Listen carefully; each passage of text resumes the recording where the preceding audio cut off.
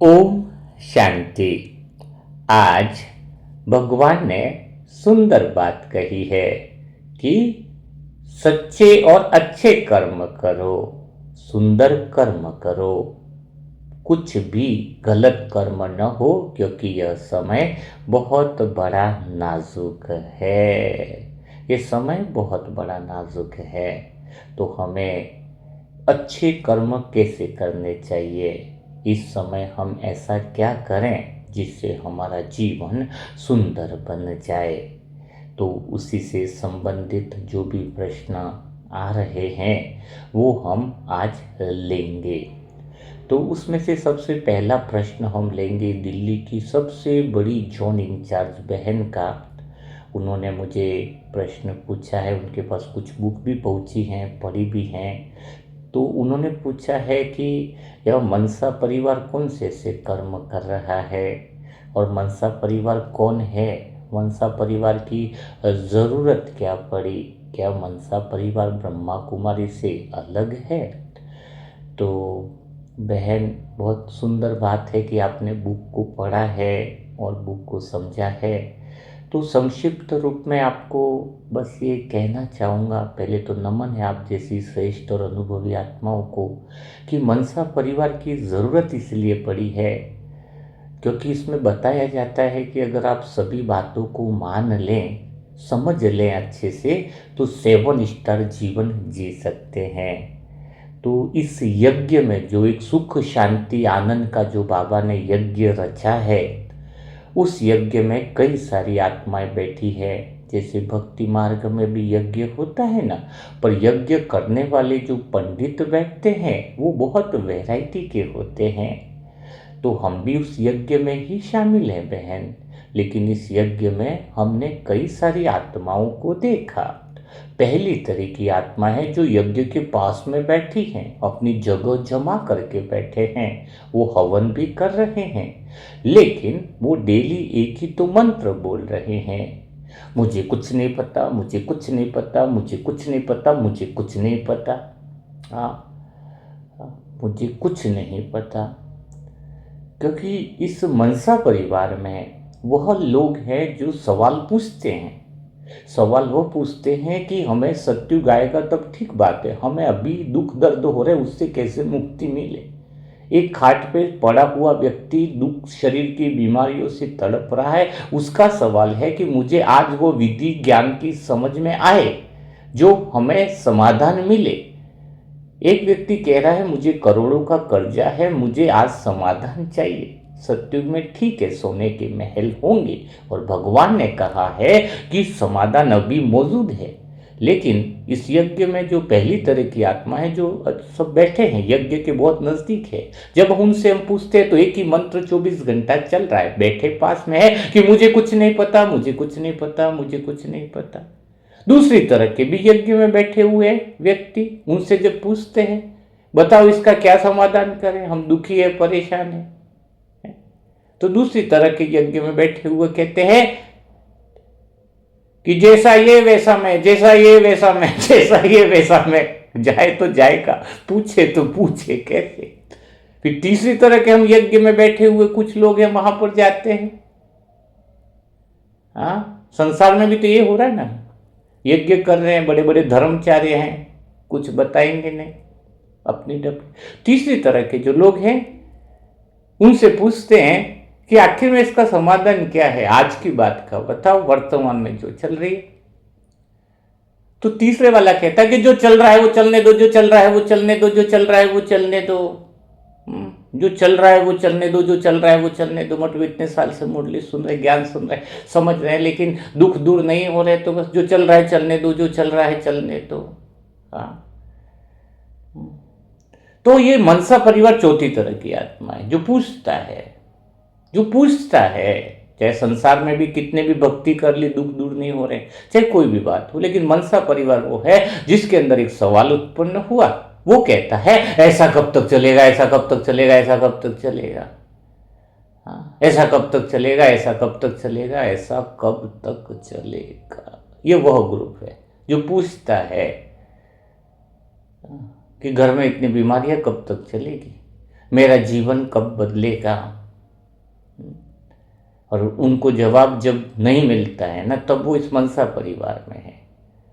क्योंकि बड़े बड़े लोग हैं, उनके पास तो एक ही रट लगा रहे कि बैठे पास में, मुझे कुछ नहीं पता, मुझे कुछ नहीं पता। दूसरा कहता है जैसा भी ये वैसा मैं, और तीसरा कहता है जो चल रहा है वो चलने दो। तो हमारे अंदर ये प्रश्न जो उत्पन्न हुआ कि ऐसा कब तक चलेगा, तो फिर भगवान ने हमें वो जवाब दिया, समाधान दिया, जिससे कई लोग बीमार हैं, इनकी जिंदगियां बदल गई हैं। कई लोग उम्मीद उम्मीद जगाना भी बहुत बड़ी बात है।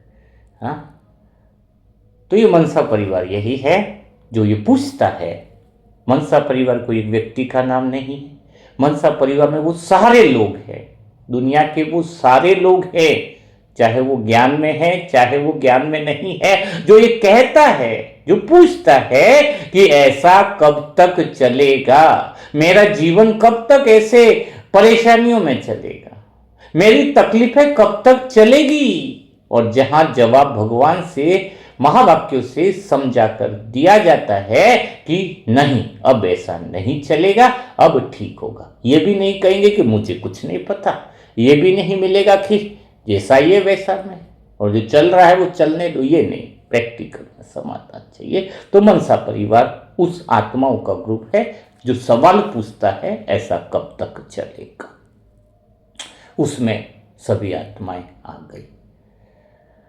तो बहन, आपको जवाब मिल गया होगा। मनसा परिवार यही है जो चौथा ग्रुप है जो पूछ रहा है, उसका जवाब कोई भी देगा, समाधान कोई भी देगा, तो सभी आत्माएं लालायित रहती हैं। तो परमात्मा जो है वो हमें जवाब देता है, मुरली का मंथन करते हैं, समझते हैं कि 7 स्टार जीवन कैसे जिया जाए।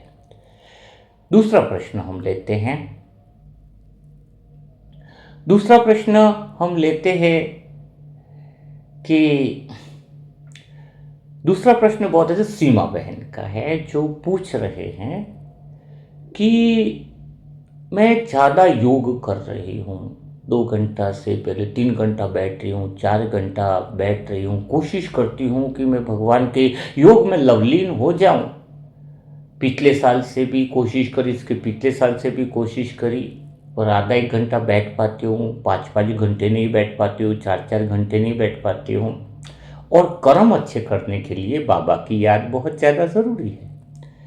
तो मैं भगवान की याद में कैसे बैठूं, ज़्यादा लंबे समय तक कैसे बैठूं, क्या मैं और प्रैक्टिस करूं?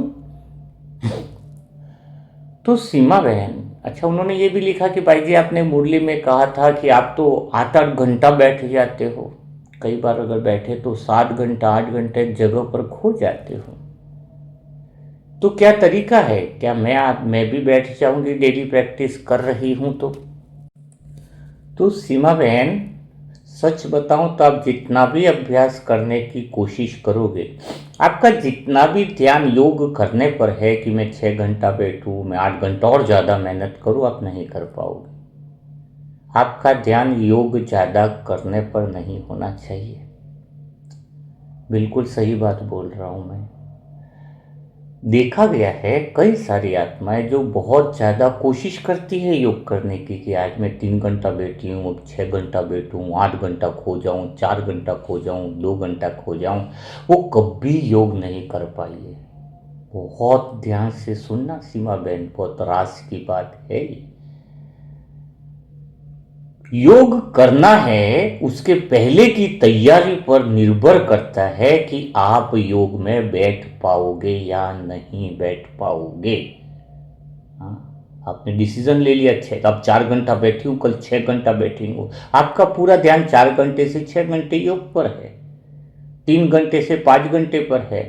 एक बात तो मानते हो ना, योग वगैरह जो भी जीवन में अच्छे, भगवान की दुआ या उसकी आशीर्वाद या उसकी शक्ति के बिना तो संभव नहीं है सीमा बहन। तो अब समझिए कि योग आप 8 घंटा भी बैठ सकते हो, लेकिन विधि कौन सी अपनानी है। आप चाहो तो मुझे लगता है कि आज ही बैठ सकते हो योग में। हाँ, अभी तक नहीं बैठ पाए ना इतने साल तक, 8 घंटा 6 घंटा, आज भी बैठ सकते हो योग में। आप बोलते हो कि भाई जी आप बैठ जाते हो, हाँ बिल्कुल, मैं आत्मा बैठ जाती हूँ योग में। तो देखो, 2 चीजें हैं। योग में बैठना आपका लक्ष्य है 6 घंटा 8 घंटा बैठना, लेकिन योग में पीछे उद्देश्य क्या है, पर्पस क्या है आपका, उसके आधार पर योग में बैठना संभव है। अगर योग में बैठने का आपका पर्पस है सीमा बहन कि मेरे घर में सुख शांति आ जाए, बैठो बैठो बैठो, नहीं बैठ पाओगे 8 घंटा, नहीं बैठ पाओगे। आपका उद्देश्य है घर में कोई बच्चे हैं, कुछ है, नौकरी लग जाए, नौकरी लग जाए, नौकरी लग जाए, आप 8 घंटा नहीं बैठ पाओगे, 6 घंटा नहीं बैठ। मेरे घर में कर्जा है, कर्जा खत्म हो जाए, योग में बैठो, नहीं बैठ पाओगे, नहीं बैठ पाओगे। देखो दो चीजें होती है, एक तो लक्ष्य होता है, गोल, पर्पस, लक्ष्य लगे, मकान बना रहे हैं, मकान बनाना तुम्हारा लक्ष्य होता है 1 करोड़ का, लेकिन उसका उद्देश्य क्या, हम सब अच्छे से रहेंगे, हम सब बढ़िया ये करेंगे, है अब तो भाई से अलग हम मकान बना देंगे। गोल तो बढ़िया है, लक्ष्य तो अच्छा मकान, लेकिन उद्देश्य तो घटिया है। उद्देश्य क्या है, मकान बने, उसके बाद लगे कि अगर ऐसा उद्देश्य कि कुछ दूसरे लोग आएंगे उनकी मदद करेंगे, कुछ आए लोग आएंगे रुकाएंगे, भगवान के कार्य में मददगार बनेगा ये मकान, ईश्वरीय कार्यों को समर्पित करेंगे ध्यान से, मतलब जो हो सकता है। एक कलेक्टर भी बनता है, 2 जन कलेक्टर का एग्जाम दे रहे, एक जन तैयारी कर रहा है, 2 जन तैयारी कर रहा है कलेक्टर की, एक जन कलेक्टर इसलिए बनना चाहता है कि मैं लोगों की मदद करूं। उद्देश्य क्या है उसका, पर्पस, उसके पीछे उसका उद्देश्य मैं बड़ी अधिकारी बनूं और लोगों की इतनी मदद करूं कि दिल छू जाए। और एक जने का उद्देश्य है कि मैं कलेक्टर बनूं और पैसा निचोड़ूं लोगों से, करोड़ों खाऊं और इतना लूं कि पूरे बिल्डिंगें बना लूं। दोनों का उद्देश्य कलेक्टर का है, पर उसके पीछे पर्पस क्या है, उद्देश्य के पीछे, लक्ष्य के पीछे उद्देश्य क्या है आपका, आपको पता है। जो पैसा खाना चाहता है अगर वो कलेक्टर बन भी गया तो उसका मजा नहीं ले पाएगा, वो सदा अशांत रहेगा। बनने के बाद भी सोचो, ये भी बहुत गहरी बात है, बनने के बाद भी आनंद नहीं ले पाएगा। चाहे हम करोड़पति बन जाए, करोड़ों के मकान बना दे, सुख से कभी नहीं रह सकता जिसका पर्पस सिर्फ मैं है। तो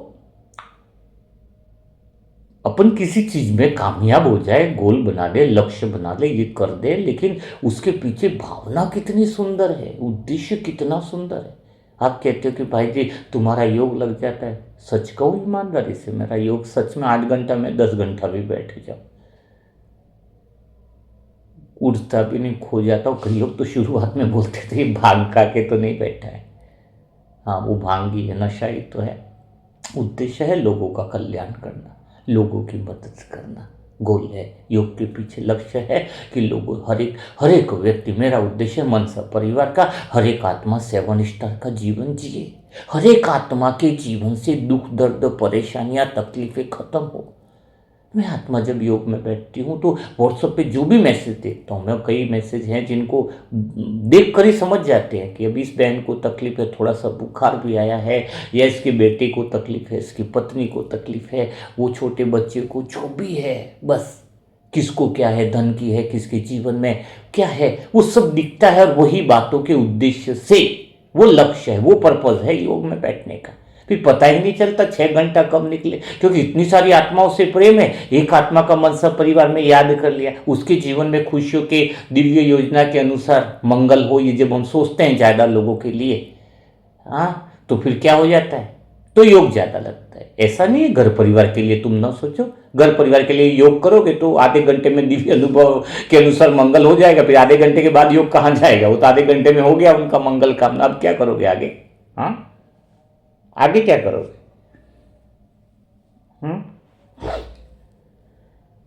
तो योग में बैठना 6 घंटा, उसके पहले यह डिसाइड किया जाए कि हमारी भावनाएं, हमारी नीयत, हमारा उद्देश्य कितना साफ सुथरा है। आप अनुभव करोगे। देखो दादिया को कोई प्रैक्टिस ही नहीं करनी पड़ती योग में, और 14 साल की तपस्या भट्टी में भी कितना लंबे समय तक, और बाद में भी दादिया पूरा दिन काम करती, सेवा करती, और जब योग में बैठा है तो इतनी एज के बाद भी उनमें कोई हलचल नहीं, ऐसे बैठते कि बिल्कुल गहरे भगवान के प्रेम में डूब गए हैं। क्यों? क्योंकि उनका उद्देश्य था विश्व कल्याण करना। वो आत्माएं जो चौथी वाली मैंने बताई ना, मनसा परिवार, श्रेष्ठ आत्माएं बहुत अलग ही है, और अभी उन्हीं आत्माओं की मदद हमें मिल रही है। ये भी आपको मैं आज गुप्त रूप से बात कर रहा हूं। ये जो मनसा परिवार में उन एडवांस पार्टी आत्माओं की पूरी मदद है जो लोगों के दुख दर्द को, तकलीफों को, जो सवाल उत्पन्न हो रहे हैं उनका समाधान करना चाह रहे हैं। तो आपका पर्पस, गोल बनाना अलग चीज है, पर्पस क्या है, इसके पीछे उद्देश्य क्या है, वो नीयत कितनी साफ है, नीयत कितनी सुंदर लेकर के बैठे, कितने लोगों का कल्याण करके। ठीक है, धन की गरीबी है, धन आ जाए एक अच्छा है, 10 करोड़ कमाओ, 50 लाख कमाओ, कोई दिक्कत थोड़ी है। इसके पीछे उद्देश्य क्या है? क्या मैं लोगों की मदद करूं? क्या मैं ऐसे लोगों की भी मदद करूं जो कमजोर है, परेशान है, जिनको वास्तविक जरूरी है? देखो, इतना बड़ा तनख्वाह होगा, इतना बड़ा है, सब कुछ लोग कमाते, कोई तो बिजनेस में, लेकिन पैसा निकलता ही नहीं है। बताओ, निकलता ही नहीं है। जिसका निकलता नहीं है ना, आने वाले समय में क्या होने वाला उसका भी हमें पता है कि आने वाले समय में क्या होने वाला है। हाँ, बाबा कहते हैं ना, समय पर, वर्तमान में, इस क्षण। जो सोचेगा भविष्य में इतना आएगा, इतना करूंगा, वो कभी नहीं कर पाता है, क्योंकि समय तो वर्तमान का इंपॉर्टेंट है ना। इस पल बीज बोने हैं ना। तो योग का अर्थ यही है। सीमा बहन, आप समझ गए होंगे। अगर आपको योग अच्छे करना है तो आपको पर्पस क्लियर रखना होगा, उद्देश्य क्लियर बनाना होगा। जितना नियत साफ होगी, मन निर्मल होगा, हृदय में पवित्रता होगी, दूसरों के प्रति प्रेम भावना होगी, उसके बिना योग लग ही नहीं सकता। चाहे 5 साल करो, चाहे 25 साल करो, योग लग ही नहीं सकता है। तो अब आगे का प्रश्न है जिसका हम ले रहे हैं नलिन भाई का। नलिन भाई पूछते हैं बड़े प्यार से कि बाबा बाप भी है, टीचर भी है, सतगुरु भी है, सर्व संबंध की जरूरत क्या है और उसको हम कैसे समझें? और अगर बाबा बाप भी है, टीचर भी है, सदगुरु भी है, तो हम भी वो गुण कैसे हमारे अंदर लाएं? नलिन भाई, ये प्रश्न बहुत सुंदर पूछा है आपने, और आप सभी लोगों को सुनना चाहिए, समझना चाहिए, टीचर का अर्थ समझना चाहिए। बाबा कैसे टीचर है, कैसे गुरु है। क्योंकि अभी तक हम वो टीचर बन नहीं पाए। अगर हम वो टीचर बन जाएं बाबा जैसे, तो पूरे घर वालों को हम बहुत अच्छे से, जल्दी से परिवर्तन कर लेते हैं। हमने एक ही बात को पकड़ लिया, घर वालों का हिसाब किताब है, जब समय आएगा तो बदलेंगे, बस ये बात पकड़ लिया। पर ये नहीं पकड़ा कि कहीं हम उनको दवाई दे रहे, डोज में तो गलती नहीं है, क्योंकि हमारा तो ध्यान ये होना चाहिए ना, कहीं हमारा तरीका तो गलत नहीं है उनको ज्ञान में लाने का, कहीं हमारी समझ तो गलत नहीं है, कहीं हमारे पास वो विधि तो गलत नहीं है। वो चीज हमें पता होनी चाहिए। टीचर का अर्थ क्या है, टीचर किसे कहेंगे, उसको समझना चाहिए। टीचर वो नहीं है जो जो एक तो होता है सामान्य व्यक्ति, जो खाली इंफॉर्मेशन, सूचना जो इधर से उधर दे दे, वो टीचर थोड़ी हुआ। एक बुक है, 150 रुपए की किताबें खरीद ली। स्कूल में कितने की बुकें आती है पढ़ाने वाले टीचर की? 150 रुपए की बुक है। अब 150 रुपए की बुक पे उसकी सैलरी 80,000 रुपये, 60,000 रुपये, कहीं की 1-1 लाख रुपया सैलरी। बताओ, अगर बुक है वैसी की वैसी, इंफॉर्मेशन सामने वाले को देनी है वही, तो वो खुद ही घर पे जाके पढ़ लेंगे ना। उनको जरूरत क्या है इधर पढ़ने की? भाई बोलो बुक है वैसी पढ़ लो। वो टीचर नहीं है जो खाली इंफॉर्मेशन जो है वैसी की वैसी दूसरे को दे दे, सूचना जैसी है वैसी दे दे, वो इंफॉर्मेशन दे दे, वो टीचर है ही नहीं। सैलरी किस बात की है? अगर देखा जाए, मैं थोड़ा टीचर का नलिन भाई आपको अर्थ समझा रहा हूं, तभी तुम भगवान से बाप, टीचर और सदगुरु का संबंध बना पाओगे। अभी टीचर का संबंध बना क्यों नहीं आपका बाबा से? या बन भी गया होगा, मुझे नहीं पता, लेकिन मैं तो इसके पूरे अर्थ को आपको समझा रहा हूं कि टीचर कौन, किसे कहेंगे। इंफॉर्मेशन को इधर से उधर देना, मुरली किसको समझा रहे हैं वैसी की वैसी पढ़ लेना, तो तुम्हारा रोल क्या है? आज कई सेंटरों में देखा गया, मुरली है वैसी की वैसी पढ़ा देते। नहीं, बाबा ने ऐसा नहीं कहा है वैसी की वैसी पढ़ा दो। हाँ, मुरली एक बार पढ़ ली तो उसके बाद विचार सागर मंथन करो, पर विचार सागर मंथन तो बहुत ज्यादा जरूरी है। विचार सागर मंथन के लिए ही हम सेंटर जा रहे हैं, विचार सागर मंथन के लिए हम उस बातों को समझने के लिए तो जा रहे हैं। है वैसी की वैसी अगर पढ़ ली जाएगी तो फिर क्या होगा? तो फिर तो हम घर पे भी पढ़ सकते हैं, लोगों को यही तो लगता है। फिर तो मुरली घर पे भी पढ़ लेंगे, कुछ एक्स्ट्रा मिले, समोसे के साथ चटनी मिले तो खाएंगे समोसा, वहां जाएंगे जहां पे कुछ एक्स्ट्रा है। और एक्स्ट्रा जरूरी है, क्योंकि खाली पढ़ना तो सूचना हो गई, इंफॉर्मेशन हो गई। बाद में ले ले, मुरली पूरी सुनने के बाद भी हम विचार सागर मंथन का एक सेशन होना चाहिए, पढ़ना चाहिए। टीचर जो भी निमित्त आत्माएं बनी हैं वो समझाए, इस बात को क्लियरिफिकेशन करें, क्या है पॉइंट, इसके बारे में प्रश्न क्वेश्चन आंसर जो मुरली में भी दिए रहते पर उस पर चर्चा होनी चाहिए। तो टीचर तो वही हुआ जो बात को, फिर टीचर कौन हुआ? जो बात को इंटरेस्टिंग तरीके के साथ, किस तरीके के साथ? इंटरेस्टिंग तरीके के साथ बात को लाइटली, बहुत सिंपलीफाई करके बताए, वो हुआ टीचर। आप जीवन में बाबा जैसे मास्टर टीचर बन सकते हो। बिल्कुल, बात को बिल्कुल एक तो इंटरेस्टिंग तरीके के साथ और सिंपलीफाई करके समझाना। अब घर परिवार में आज तक क्या हुआ, मुरली सुन के आए, वैसे के वैसे उनको समझा देते, सत्युग आने वाला है, कलयुग विनाश होने वाला है, ये होने वाला है, वो होने वाला है। अभी वो जैसा न सिंपलीफाई किया न इंटरेस्टिंग बनाया, घर वाले भी सोचते सेम रट लगा के बैठा है। अपने को देखते ही चार बातें जो बोलने वाले वो बातें उनको याद आ जाती है। भगवान को बोलो, भगवान आ गया है, सत्युग आने वाला है, अभी कलयुग का विनाश होने वाला है, बस बस ये चार बातें, इसके अलावा है क्या फिर बात करने को? वो टीचर फिर हम कैसे बने? गलती हमारी है जो ज्ञान को हम सही तरीके से इंटरेस्टिंग करके और सिंपलीफाई करके लोगों तक पहुंचा नहीं पाए, हम टीचर नहीं बन पाए। अब बनते कैसे टीचर? थोड़ा बात को समझो। टीचर कौन होता है? हाँ? टीचर वो होता है जो कमजोर बच्चे को भी आगे बढ़ा दे, यह है टीचर। टीचर का बहुत अलग मीनिंग होता है। टीचर हर एक की कमजोरी को जानता है, हर एक बच्चे की, और उस पर ध्यान देता है। ओरिजिनल टीचर किस पर हमें ध्यान देना है। पहले तो पुराने समय में पता टीचर घर तक आ जाते थे, बच्चों के हर एक घर तक संबंध था। इसलिए पहले की पढ़ाई अच्छी क्यों मानी जाती है? क्योंकि टीचर का हर एक बच्चे पर ध्यान एक अलग तरीके का था, अलग तरीके के था। हाँ, टीचर जो बच्चे के, एक कहते हैं ना कि अगर एक इंजीनियर गलत हो तो चलेगा, कोई दिक्कत नहीं, थोड़ा सा करोड़ों का घपला हो जाएगा। हाँ, इंजीनियर अगर गलत है तो कोई दिक्कत नहीं, नेता भी भ्रष्ट है तो घोटाला हो जाएगा, लेकिन अगर टीचर अगर खराब है तो कई लोगों की जिंदगियां खराब हो जाती हैं, दिशा बदल जाती है। टीचर का बहुत बड़ा रोल है इस जीवन में, बहुत बड़ा रोल है।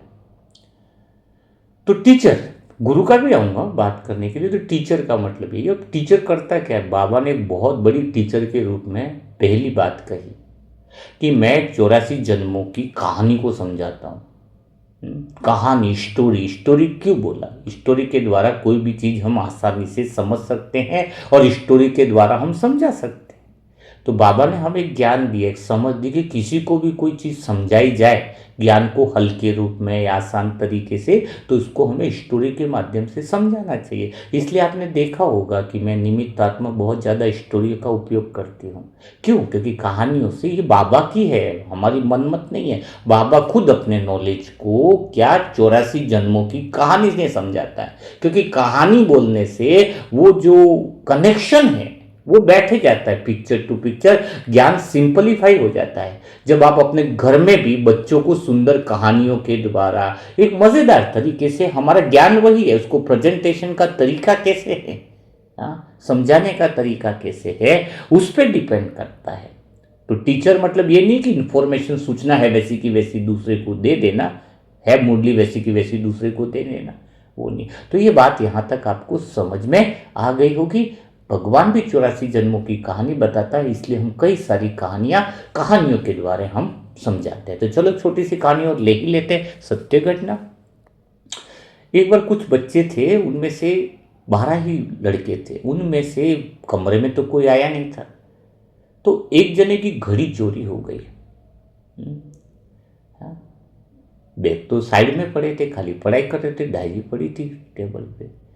तो किसी न किसी के बच्चे में वो घड़ी होनी चाहिए और किसको पता नहीं कि घड़ी अब गई है तो कहाँ पर गई है। और घड़ी थी टीचर के खुद की घड़ी थी और रखी थी, तो इसको ये तो पता चल गया कि किसी बच्चे ने उठाई है। तो बोला गया कि चलो तुम सब बच्चे खड़े हो जाओ इधर, और बोला कि बिल्कुल सही पोजीशन में खड़े हो जाओ। और ये घटना आई है, बिल्कुल सत्य अनुभव की घटना। और फिर क्या हुआ, बोला कि सबकी आंखों पे पट्टी बांध दी जाएगी, सबकी आंखों पे पट्टी बांध दी और फिर चेकिंग होगी। फिर सभी आंखों पर पट्टी बांध दी और एक पर क्या किया, एक पर जब चेक किया तो एक बच्चे की जेब में वो घड़ी निकली। हाँ, और फिर घड़ी मिलने के बाद बोला कि पट्टी खोल दो, तो पट्टी खोल दी। फिर काफी समय के बाद लगभग 28-30 साल निकल गए, तब एयरपोर्ट से एक आदमी निकल रहा था, बहुत सफल बिजनेसमैन था, बहुत जबरदस्त, और उसने अपने टीचर को वहां पर बेंच पर देखा। तो वो बहुत खुशी से उमंग उत्साह से जाकर टीचर के पास पहुंचा और उसको बोला कि आपने क्या मुझे पहचाना। तो टीचर ने बोला मैंने तो नहीं पहचाना। तो बोलता है मैं वह लड़का हूं जिसकी जिंदगी आपने बदल दी। आपको पता है एक बार आपके घर पर ट्यूशन पढ़ा रहे थे तो आपकी घड़ी चोरी हो गई थी और वो घड़ी मेरी जेब से निकली थी, लेकिन आपने मेरी इज्जत को बचा लिया। क्या आपने मुझे नहीं पहचाना? तो टीचर ने कहा सच बात तो यह है, क्योंकि जब पट्टियाँ आपकी आंखों पर बांधी थी तब मैंने अपनी आंखों पर भी पट्टी बांध ली थी। हाँ, ताकि मुझे यह न पता चले कि किसने यह गलती की है और मैं उसके प्रति नेगेटिव हो जाऊं। नतमस्तक हो गया। तो कहने का बात है टीचर वह होता है जो दूसरों की, अंधा बहरा होता है टीचर का पहला गुण है 10% अंधा 10% बहरा। कुछ बातें नज़रअंदाज करने की, हिम्मत बढ़ाने की। कोई कमजोरी भी है देख ली अपने की टीचर, ये भी इस बच्चे की कमजोरी है, पीठ थपथपा दी आगे निकल गए, यानी पता है कि उसकी कमजोरी है। लेकिन टीचर वह जो बच्चों की इज्जत उछाले नहीं, टीचर वह जो बच्चे की इज्जत बढ़ाए और उसको सबके सामने नतमस्तक न कराए। तभी भगवान टीचर बनकर कोई विकार में चला जाता, कोई गंदा काम कर लेता, कोई बुरे कर्म कर लेता, सबके बीच में बोलता है क्या टीचर कि तूने ऐसा किया, तूने वैसा किया। हाँ, टीचर वह जो बच्चों की इज्जत को बचाए और उसे मौका दे आगे बढ़ने का, एप्रिशिएट करे। क्या हम घर में वैसा करते हैं? क्या घर में हम ज्ञान को सिंपलीफाई करके देखते हैं? जितना टीचर हमारी बातों को नज़रअंदाज करता है, अंधा और बहरा बन जाता है, क्या घर में हम अंधे और बहरे बनते हैं? हम तो विकारों में भी चले गए, कई लोग तो जाते हैं ना, गंदे काम भी कर लेते हैं, फिर भी आगे बढ़ते, गिरते उठते हैं और हमारे इतने बड़े बड़े कारनामे हो जाते हैं, फिर भी टीचर उन बातों को संभालता। और हमारे घर में छोटी सी बात हो जाए, वो सामान बोला घर पे नहीं लाए तो वो चिल्लम चिल्ले, उसने ऐसा कह दिया तो ये बताओ हम कैसे टीचर बनेंगे? इंफॉर्मेशन देने वाले टीचर नहीं चाहिए कि आज भगवान ने स्लोगन में क्या कहा, वरदान में क्या कहा, प्रश्न उत्तर में क्या किया, रटम रटाए लिख दिया, वो तो सूचना हो गई। हाँ, वो तो क्या हो गई, सूचना हो गई। तो ये बात आपको समझनी चाहिए, ये बात आपको क्लियर हो गई होगी मेरे हिसाब से, टीचर की बात है। ठीक है, तो हमें भी मास्टर टीचर बनना है और टीचर वही होगा। देखो नलिन भाई, आपके बनिस्पत आपके माध्यम से टीचर की बात क्लियर हो गई। हाँ, थोड़ी गुरु की भी बात ले लेते हैं। गुरु कौन होता है? गुरु वह होता है जो सबके, टीचर के साथ गुरु की बात होता है, जो सबके मन की भावनाओं को देखकर उसे समझ दे, वो हुआ सच्चा गुरु जीवन के अंदर। गुरु जो रूह के करीब लेकर के जाए, गुरु जो सत्य के करीब लेकर के जाए, यानी हर एक की भावनाओं को समझ ले कि उसके अंदर क्या चल रहा है, उसके अंदर क्यों क्या चल रहा है, उसके अंदर क्या चल रहा है, वो समझ जाए। वो समझ जाए तो उसे कहेंगे गुरु। समझ में आई ना बात? हर एक की कमजोरी को समझकर, उसकी तकलीफों को समझकर उसके अनुसार व्यवहार करे, उसके अनुसार डील करे, इसलिए उसको गुरु कहा गया है। गुरु वह होता है और आपको एक राज की बात बताऊं नलिन भाई, बहुत और अच्छी बात है। अगर मैं कहूं आपसे, आपको एक ऑप्शन दूं कि मैं बहनों की जगह मैं बैठ जाऊं संदली पे और मैं ही रोज का मुरली मंथन कराऊं, ये कराऊं, रोज मुरली मैं ही सुनाऊं, तो बहन की जगह मैं सुनाऊं, तो क्या अच्छा रहेगा या गलत रहेगा? आपसे पूछना चाहूंगा नलिन भाई। तो आप कहोगे, शायद आपके अंदर अगर ये जवाब आता है, पता नहीं क्या है, कि हाँ भाई जी आप ही मुरली मंत्र सुनाओ तो मज़ा आ जाएगा, पूरा सबका बदल जाएगा, बहन इधर बैठी है, वो उससे आप अच्छा समझा लोगे, हाँ क्लियरिफाई कर लोगे, हैं सेंटर भी तुम्हें ही संभाल लेना चाहिए। नहीं, यहाँ पर बात भी ट्विस्ट है। यहाँ पर बहनें ही होनी चाहिए। क्यों होनी चाहिए? क्योंकि गुरु, गुरु का अर्थ क्या बताया? जो दूसरों की भावनाओं को समझ लेता है कि किस बच्चे में, संसार में किसको क्या तकलीफ है, उसके अनुसार, उस व्यवहार के अनुसार डील कर पाए। तो गुरु को दूसरे शब्दों में कहेंगे, जैसे माँ होती है ना इस दुनिया में, वो बच्चे को बहुत अच्छे से समझ सकती है। माँ जितनी बच्चे को समझती है उतना पिता भी नहीं समझता है। हाँ, जितनी माँ समझती है उतना पिता भी नहीं समझता है। इसीलिए आपने देखा होगा कि स्कूलों में भी जो टीचर होती है वो लेडीज टीचर ज़्यादा कामयाब होती है। जो जो फीमेल टीचर है वो ज़्यादा काम, क्योंकि वो बच्चों को समझ सकती है, ऑटोमेटिकली उनके अंदर वो गुण, कहते हैं ना दिल माँ का ही दिया है, बहुत अलग है। तो ये जो बहनें हैं, निमित्त टीचर है, हो सकती है कोई टीचर है ज्ञान में, क्लियरिफिकेशन में, समझाने में कम हो, लेकिन उनमें गुरु का गुण बहुत ज़्यादा है। वो भावनाएं, एक बहन जो सेंटर की होती है वो कितने लोगों को समझ लेती है, हाँ, और कितने प्यार से हैंडल करती है कि अरे अच्छा भाई जी आपके, अच्छा तो आपके लड़के का बर्थडे है, कितना मैनेज करते हैं आप। देखो बिना एमबीए के भी खतरनाक एमबीए किए हुए मिलती है ब्रह्मा कुमारी बहनें। भगवान ने बहनों को आगे इसलिए किया है क्योंकि वो गुरु का दूसरा रूप है। वो जितनी भावनाओं को समझ सकते हैं, मुझे भी बैठा तो मैं ना समझ पाऊँ। देखो जो सच है, जितनी बहनें समझ पाएंगी, थोड़ा मैं अपना ही एग्जांपल दिया, तो हमारी भी जो निमित्त आत्मा से बहन है वो हम कहीं पीछे रह जाएंगे, क्योंकि वो कितना हर एक को मैनेज कर लेती है, हर एक की भावनाओं को समझ लेती है। देखना ना आप टीचर से, हमें सेंटर की निमित्त आत्मा है, सबको कितना प्यार से हैंडल करती है। वो कला है। हो सकता है ज्ञान कम समझा पा रही हूँ, कोई दिक्कत नहीं, सब में अलग अलग है ना, सबका लक्ष्य तो, उद्देश्य तो एक ही है, लेकिन मुरली तो सबको मिलती है, सब अपने अनुसार विचार सागर मंथन कर सकते हैं, जरूरी थोड़ी है कि वही समझाए। सभी टीचर है ना, बाबा ने तो कहा।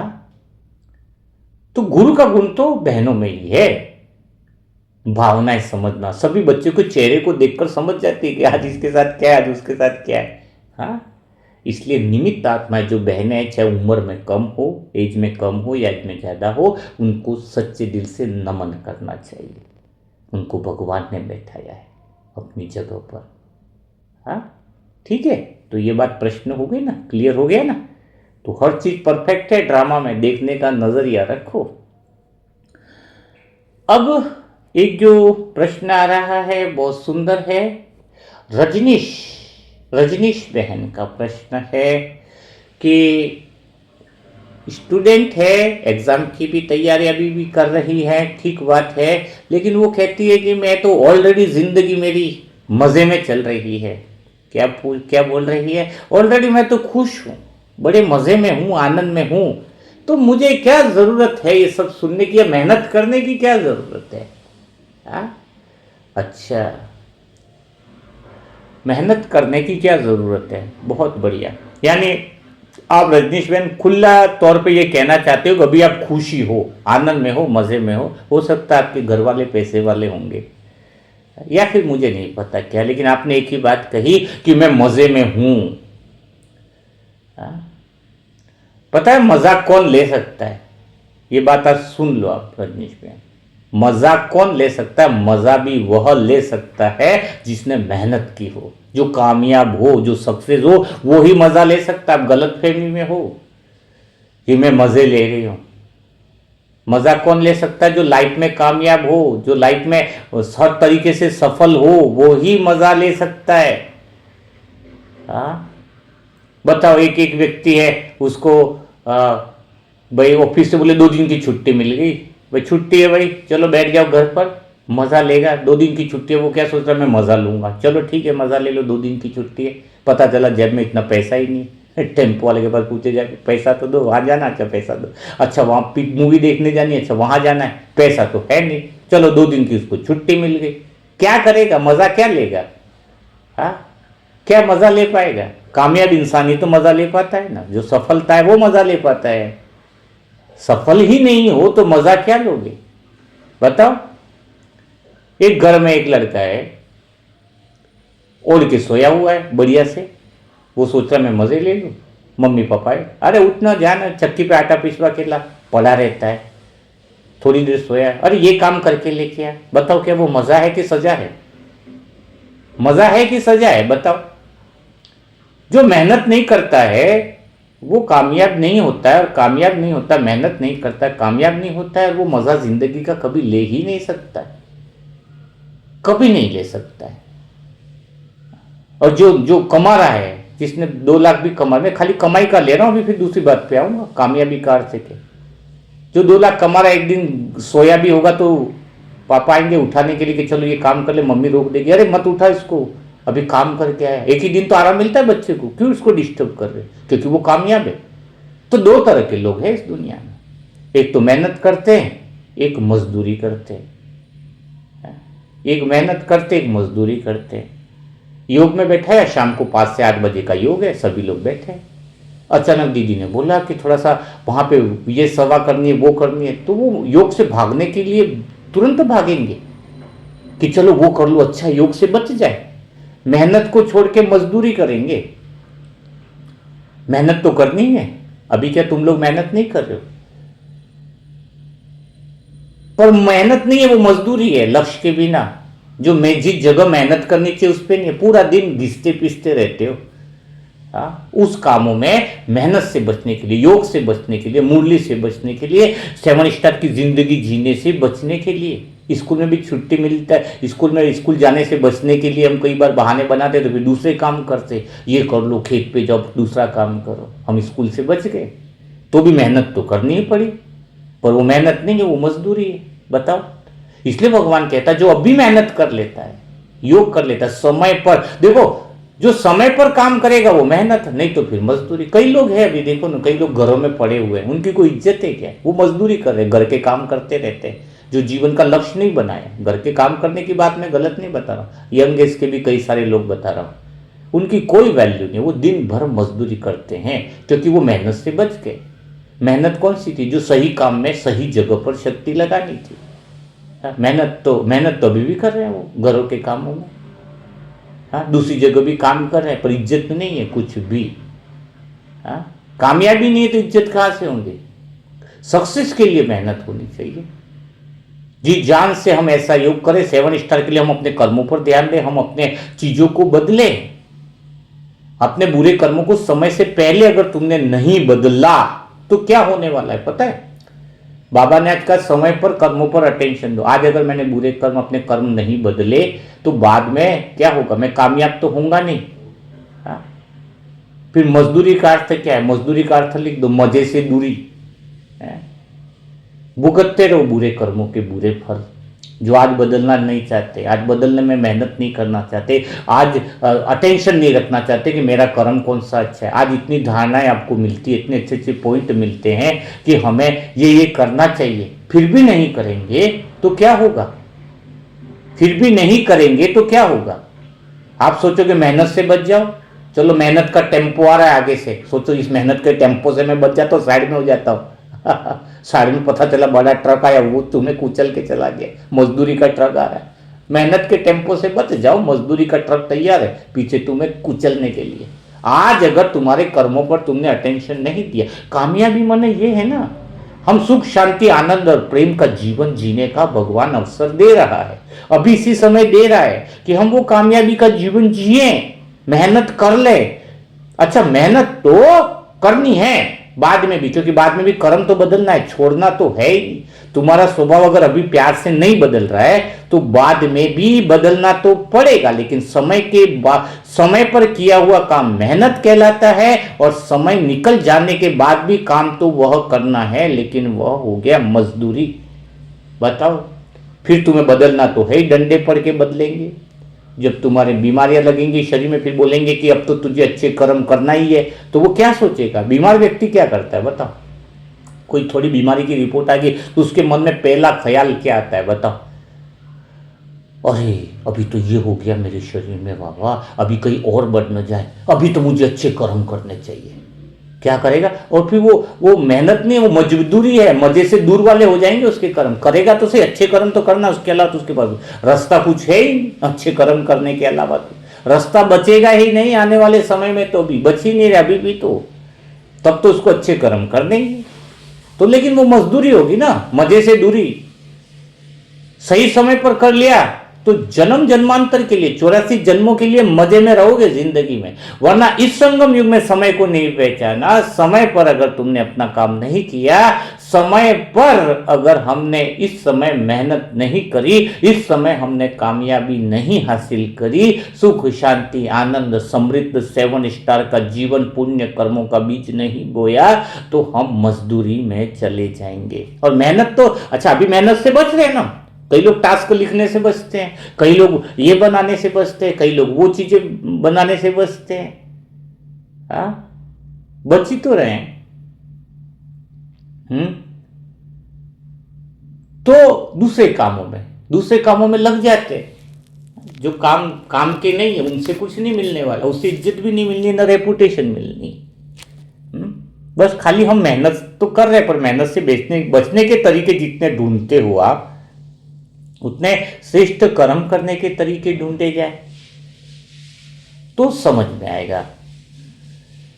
तो रजनीश भाई, रजनीश भाई है कि बहन है समझ में नहीं आया, पर आपके प्रश्न का उत्तर समझ में आ रहा होगा कि हाँ रजनीश बहन है, कि आप कह रहे हो मैं मज़े में हूँ। कोई मज़े में नहीं, तुम कामयाब नहीं हो तो भले कितना भी करो, घर में कोई इज्जत नहीं करने वाला है तुम्हारी। मज़े वही ले सकता है जो सक्सेसफुल हो। तो अपना ध्यान सफलता पर लगाओ, एक एक मिनट का यूज करो। जो सच्चे दिल से मेहनत करेगा वही मज़े ले पाएगा इस संगम युग में भी और पूरे 84 जन्मों में। जो मेहनत नहीं करेगा वो मज़े नहीं ले पाएगा।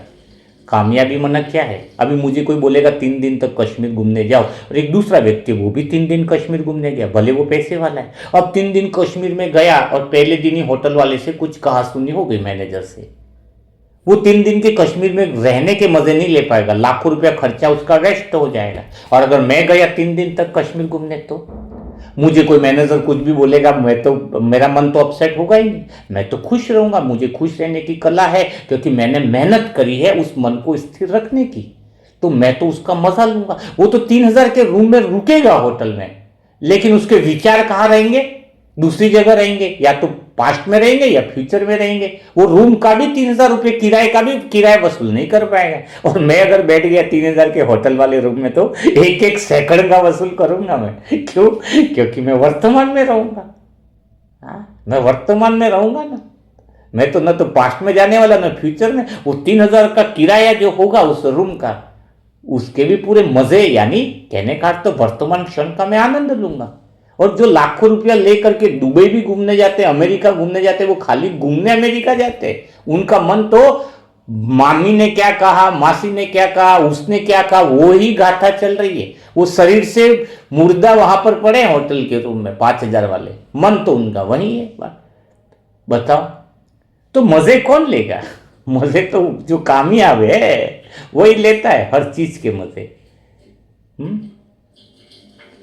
तो कामयाब तो होना ही है, समझ में आया ना? कामयाबी के बिना कोई मजे ले नहीं सकता है।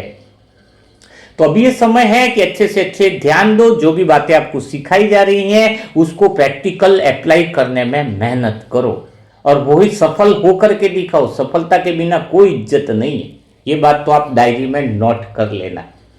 या तो मजदूरी करो या मेहनत करो, आपके ऊपर डिपेंड करता है। कोई लक्ष्य तो होना चाहिए ना। ऐसे ही सुबह से शाम तक कर रहे हैं, ना कोई लक्ष्य है ना कुछ नहीं, गली मोहल्ले सब भी क्या देखेंगे फिर हमें। आप एक लक्ष्य के पीछे लग जाओ। लक्ष्य मतलब सुख शांति का, आनंद का, अपने बोले से हो वैसे हो, तो वो होना चाहिए। ठीक है, अभी ये प्रश्न का उत्तर क्लियर हो गया होगा। एक बहन का है, चेतना बहन, जिसका प्रश्न है कि लक्ष्मी हमारे घर में रुकती नहीं है, क्या करें? लक्ष्मी रुकती नहीं है, उसको रस्सी से बांध ले क्या? लक्ष्मी नहीं रुकती, सिंपल सा है, आपको छोटे में जवाब देंगे, समय निकल रहा है। कंठ में सरस्वती विराजमान होती है और जीवा पर लक्ष्मी। देखो, कंठ में सरस्वती और जीवा पर लक्ष्मी।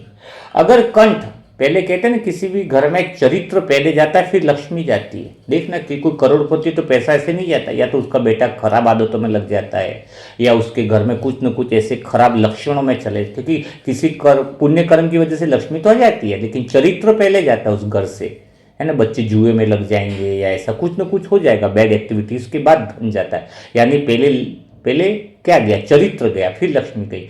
तो जिसके कंठ में सरस्वती विराजमान है, यानी जिसके बोल बड़े सुंदर हैं, जिसके बोल सामने वाले को सुख पहुंचाए, तो लक्ष्मी बैठी रहती है। लेकिन अगर हम किसी को दुख को आगे कर लेते हैं, पीड़ा वाले शब्दों को आगे कर लेते हैं, अशांति वाले बोल को आगे कर लेते हैं, तो लक्ष्मी उसकी बहन है, निकल जाएगी, वो नहीं टूकेगी, क्योंकि सरस्वती का तुमने गलत इस्तेमाल किया, कंठ में बैठे हुए सरस्वती को गलत यूज किया। इसलिए हमारे जीवन में प्रेम, मौन और शांति के बोल होने चाहिए। जिसके जीवन में, मैंने कल भी बताया था ना आपको, कि शब्द पर बड़ा अटेंशन करो। मैं विचारों की बात नहीं करता। आपके शब्द 3 महीने सुधर गए तो विचार तो स्वतः ही सुधर जाएंगे। व्हाट्सएप पर भी अगर हमने किसी को दुख देने वाला मैसेज भी किया तो वो भी शब्द है। शब्दों पर ध्यान दे दो, हर एक शब्द सुंदर हो, प्रेम, मौन और शांति वाला। विचार तो आएंगे ना खराब, लेकिन उसका यूज नहीं करेंगे जिस खराब विचारों का, वो तो स्वतः ही क्या होंगे, वो विचार स्वतः ही गायब हो जाएंगे। विचार का इस्तेमाल वो है, हम मुंह में लाते हैं बोल में, तभी वो विचार टिके हुए, आपने देखा होगा। तो कंठ में सरस्वती, प्रेम, मौन और शांति। चाय में शक्कर कम है, 3 अंगुली, प्रेम, मौन और शांति, मुंह पे रख दो ये 3 अंगुली। कोई भी बात आ जाए, तुम्हें कुछ भी गुस्सा आ जाए, 3 अंगुली, प्रेम, मौन, शांति, या तो 3 अंगुली करो या अंगूठा करो। अब कौन सा रखना है? चेतना बहन, ये 3 अंगुली रख लो आप। न तो दुख के बोल बोलूंगी, न मैं कमजोरी के बोल बोलूंगी कि यार मेरे साथ तो ऐसा ही होता है, मेरे साथ तो धन नहीं आता। 3 महीने तो संकट भी आएंगे, 3 महीने इतना विश्वास रखना, उम्मीदवारी। 3 महीना तुमने ये किया कि धन से भी अच्छे ही है, पता चला दीवारें गिर रही, तो दीवारें गिरे तो भी आपको उम्मीद नहीं टूटनी, क्या पता दीवार गिर कर उसके अंदर से खजाना निकले। क्योंकि इतना विश्वास होना चाहिए ईश्वर के महावाक्य पर। इसको कहते हैं ओरिजिनल विश्वास, उम्मीद की वाणी। भगवान के महावाक्यों में बड़ी ताकत है। उम्मीद मत छोड़ो। उम्मीद बड़ी खतरनाक चीज है, और जिसने उम्मीद पर उम्मीद कर लिया, जिसने विश्वास को जगाना सीख लिया, वो जीवन में सफलता मूर्त है, वो कामयाब है, वो मजदूरी से मुक्त है, मजे से दूरी। ये बात है। तो आपको समझ में आ गया होगा, इस बात का अर्थ समझ में आ गया होगा। क्या समझ में आ गया होगा? कि प्रेम, मौन और शांति, 3 अंगुली मुंह पे रखो, एक भी शब्द 3 महीना मुंह से नहीं निकले। मैं विचारों की बात नहीं करूं। दुख देने वाले बोले, तुम्हारी बोल से सामने वाले का चेहरा मुरझा जाए, ऐसा नहीं। कंठ से अगर सरस्वती गई तो लक्ष्मी चली जाएगी, ये पक्की बात है। अब सरस्वती की, उसकी बहन की इज्जत नहीं करोगे तो दूसरी बहन टिकेगी कैसे? जीवा पे लक्ष्मी, कंठ पे सरस्वती, ये पक्की बात रखो। और जिसके पास पैसा है, अगर उसने भी सरस्वती को छोड़ दिया तो भी लक्ष्मी जाने वाली है। और जिसके पास पैसा नहीं है और जिसने सरस्वती को विराजमान रखा, तो लक्ष्मी भी साथ में आई हुई समझो। तो ये बात आपको 3 महीने ऐसी डायरी में, प्रैक्टिकल में लिखना चाहिए कि मेरे बोल सही है या नहीं। वो सब कुछ है। तो ये सारी चीजें जो है वो आपको चेतना बहन प्रैक्टिकली में कर दीजिए। 3 अंगुली को सहारा बना लो। 3 पन्नों की मुरली है, 3 अंगुली है, और प्रेम, मौन, शांति 3 शब्द हैं। तो यह तीनों को आप अपनी लाइफ में अप्लाई कर लो। एक बहन का प्रश्न आ रहा है, सोनू बहन का, वो कहती है कि मुझे डर बहुत लगता है। तो जो मुझे डर लगता है, मैं इस पे जीत कैसे प्राप्त करूं? डर मुझे बहुत लगता है, तो जीत कैसे प्राप्त करूं? और कई लोग कहते हैं कि डर के आगे जीत है। अच्छा सोनू बहन, आप वो सब कुछ देखते होंगे डायलॉग, कि डर के आगे जीत है। ये सब तो गलत बात है, डर के आगे जीते। हमें तो नहीं लगता डर के आगे, तो डर ही लगता है, तो कहानियों में दिखता है तुम्हारी। हाँ, डायलॉग कहीं सुन लिया है ना, डर के आगे जीते, तुम्हारी जीत है नहीं, डर के आगे तो डर ही है। गाय दूध देती है, गाय दूध कहाँ देती है, गाय से दूध निकलना पड़ता है। बातों को भी समझो, सभी बातों को। हाँ हाँ, चलो बात ये तो हो गई सोनू बहन, डर की बात है। देखो, तुम जिस जिस बातों से डरते हो उसको लिस्ट बनाओ, पहला काम करना है। समझ में आए ना? डर कुछ भी नहीं है जब तक उसका तुम सामना कर लोगे। पहली बार, डर का सामना में दो अर्थ मान लो कि तुम उसमें डर के आगे जीत है मतलब जीत ही जाओगे, ये मत सोचो। डर में तुम फेलियर भी हो गए, क्या हो गए, फेल भी हो गए, तो भी तुम्हारे जीवन में वो डर निकल जाएगा। बहुत डर निकल, जैसे उदाहरण के लिए, जैसे कोई भी बात डर, जैसे मैं बाइक से जा रहा हूँ, हल्की सी बारिश चालू हुई तो मैं तुरंत क्या करूँगा, एक जगह ढूंढूंगा ऐसी जहाँ पर मुझे बारिश से बच सकूँ। हाँ, कहीं ऐसा कोना होगा या कहीं पे ऐसा है, लेकिन बाई चांस ऐसा हुआ कि ऐसा कुछ मिला नहीं जहाँ बचूं, और बारिश आ गई और मैं भीग गया, तब क्या मैं वो चीज़ें ढूंढूंगा? फिर तो क्या रहेगा, अब तो बारिश आई गई है, अब तो गाने गुनगुनाते हुए आगे बढ़ता रहूंगा, अब बारिश का मुझे डर नहीं रहेगा, क्योंकि एक बार मैं भीग चुका। डर नहीं रहेगा फिर। ऐसे स्टेज पर बोलने से डर लग रहा है, एक बार चले जाओ स्टेज पर, पता चलेगा सब कुछ नॉर्मल है। हो सकता है अच्छा बोल पाओ ना, तो बोल पाओ, कोई दिक्कत नहीं, पर डर निकल जाएगा। किसी भाई से डर लगता है, किसी घर में किसी चीज़ से डर लगता है, एक बार सत्य बात बोलने की ताकत रखो। हो सकता है वो तुम्हारी सत्य बात बोलने के बाद भी तुम्हारी वो करें, है? वो कुछ अपने को नेग्लेक्ट करे, ऐसा कुछ करे, कोई दिक्कत नहीं। आपके अंदर एक चीज़ लगेगी, मैं बोली, सत्य बात बोली, डर तो आएगा, डर तो निकल जाएगा ना। उस बात का प्रभाव क्या है वो बात की बात है, अपने को तो पहला डर को निकालना है। मेरा भी स्टेज पर पहली बार था तो मैं बोलता था तो मेरे पाँव लड़खड़ाते थे, तो मैं पहली बार चला ही गया, फिर पाँव लड़खड़ाए पर हिम्मत आ गई कि ऐसा कुछ नहीं है जितना डर मैं बनाकर बैठा था। दूसरी बार गया और डर निकल गया, फिर तो नॉर्मल हो गया। अभी हजारों लोगों को स्पीच देना है, मैं आत्मा दे देती हूँ। तो डर जो है उसका, जिस बात से डर लगता है एक बार उसका सामना कर लो, बस फिर वह छोटा हो जाता है, फिर दोबारा तुम्हारे जीवन में डर नहीं निकलेगा। लेकिन तुम अगर उससे जितना बचोगे, डर उतना बड़ा होता जाएगा, बहुत बड़ा होता जाएगा डर। तो अब आप पर निर्भर करता है, क्या निर्भर करता है कि आप एक बार डर को निकाल दो। एक बार हो गया फिर डर नहीं रहेगा। जैसे मैं बाइक लेके जाऊँ, पता चला कि यहाँ पे पुलिस वाला चालान काटेगा, मेरे कुछ मिस्टेक है, मैं डरूंगा कोने से निकल जाओ, यहाँ से निकल जाओ, और बाई चांस एक बार चालान कट गया तो 24 घंटे के लिए तो फ्री होता है चालान। फिर मैं दोबारा के दूसरी जगह से दिन में निकल रहा हूँ तो क्या डर लगेगा?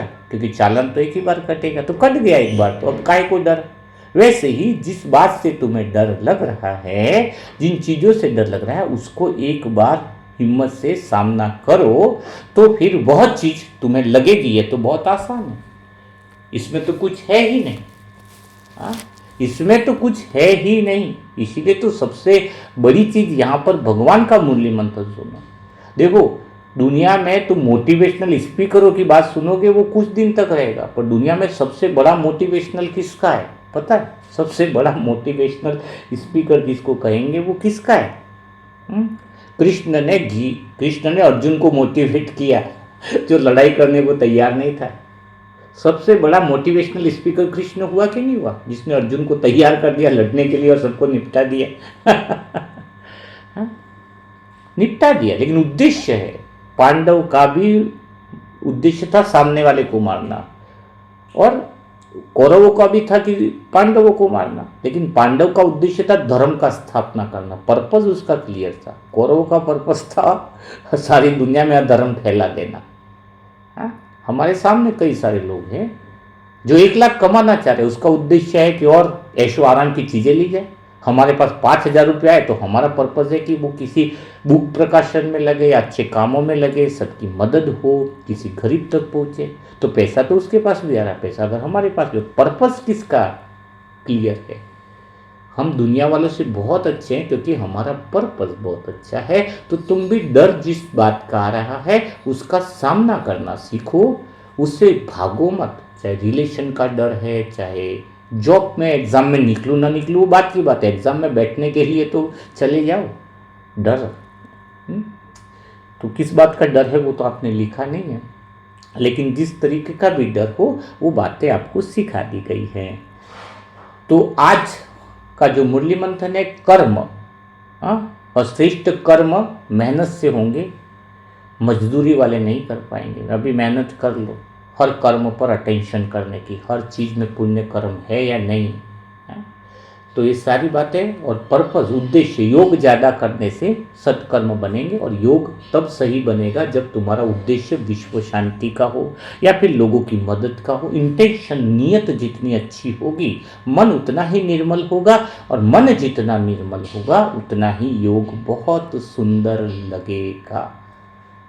मन इतना निर्मल होना चाहिए कि 2 घंटा मैं योग करूं और योग नहीं कर पाया, उस जगह मैंने किसी एक व्यक्ति की, परेशानी में फंसे हुए व्यक्ति की अगर दिल से मदद कर ली तो मेरा योग और अच्छे से लगेगा। ये बहुत गहरी बात है, क्योंकि योग का अर्थ ही भगवान ने ये सिखाया है कि दूसरी आत्माओं को दुख से वियोग करवाना, यही योग है। खुद तो हो गए दुखों से मुक्त, लेकिन दूसरी आत्माओं को परेशानियों से, दुख से, पीड़ा से वियोग कराना, यही योग है। और यही मनसा परिवार है, जहाँ ऐसे सवाल पूछे जाते हैं कि ऐसा कब तक चलेगा, परेशानी अब नहीं चलेगी, दुख दर्द नहीं चलेंगे, अब सबका सॉल्यूशंस होता जा रहा है। लेकिन 3 महीना ग्रेटिट्यूड लाइफ, 3 अंगुली मुंह पे रख लो, प्रेम, मौन और शांति, और 3 महीने तक पुण्य कर्म कैसे करने हैं उसका काम करो, और मेहनत करो, मजदूरी नहीं। कुछ कामयाबी करके दिखाना है अच्छे से। हमारे जीवन, कामयाबी मतलब कोई पैसा कमाने की नहीं, कामयाबी मतलब है जो सुना है उसको धारण करने की मेहनत, तो कामयाब हो जाओगे। जो भी तुम्हें ज्ञान दी जा रही है, जो तुम्हें समझ दी जा रही है, जो तुम्हें क्लियर बताई गया, और आज टीचर बनना है, वही सबसे बड़ा श्रेष्ठ कर्म है। मास्टर टीचर बनो। घर में कोई कमी कमजोरी, अंधे बहरे हो जाओ, 10% अंधे 10% बहरे, तो तुम टीचर बन पाओगे। और उसको आगे बढ़ाओ, उसकी कमी कमजोरियों को छोड़कर उसे अप्रिशिएट करो, तो आप बन पाओगे। तो आज का मुरली मंथन कैसा रहा आपको, वो ज़रूर कमेंट बॉक्स में ज़रूर लिखिएगा। तो काफ़ी सारी चीज़ें जो हैं शायद आज आपकी क्लियर होंगी। और कोई आपके भी जीवन में, मन में अगर कोई प्रश्न है तो वो प्रश्न आप पूछ सकते हो। तो आपको अगर प्रश्न मुरली के अनुसार होगा तो आपको उसका जवाब दिया जाएगा, ठीक है। और उसके लिए मोबाइल नंबर है, कोई मुरली मंथन सेट ऑर्डर करना चाहता है, कोई मुरली मंथन मंगवाना चाहता है तो ऑर्डर कर सकता है। इसके लिए हार्ड कॉपी मिल जाएंगी। इसके लिए मोबाइल नंबर है 7202921969। और जल्दी से ही इसी के डिटेल वीडियो आपको मिलेंगे। और वीडियो के लिए आप आत्मा की यात्रा ऐप डाउनलोड करें, उसका लिंक कमेंट बॉक्स में पहले पर दिया गया है। जल्दी से 2-4 दिन में वो इस पे अपलोड होने वाले हैं, वीडियो की सीरीज़ें अपलोड होने वाली हैं, तो जहां पर आप बहुत अच्छे से डिटेल से हर बात को समझ पाओगे। तो कल फिर हम मुलाकात करेंगे ऐसे ही दिल छू जाने वाले नए मुरली मंथन के साथ। तब तक के लिए सभी भाई बहनों को ओम शांति, ओम शांति, ओम शांति।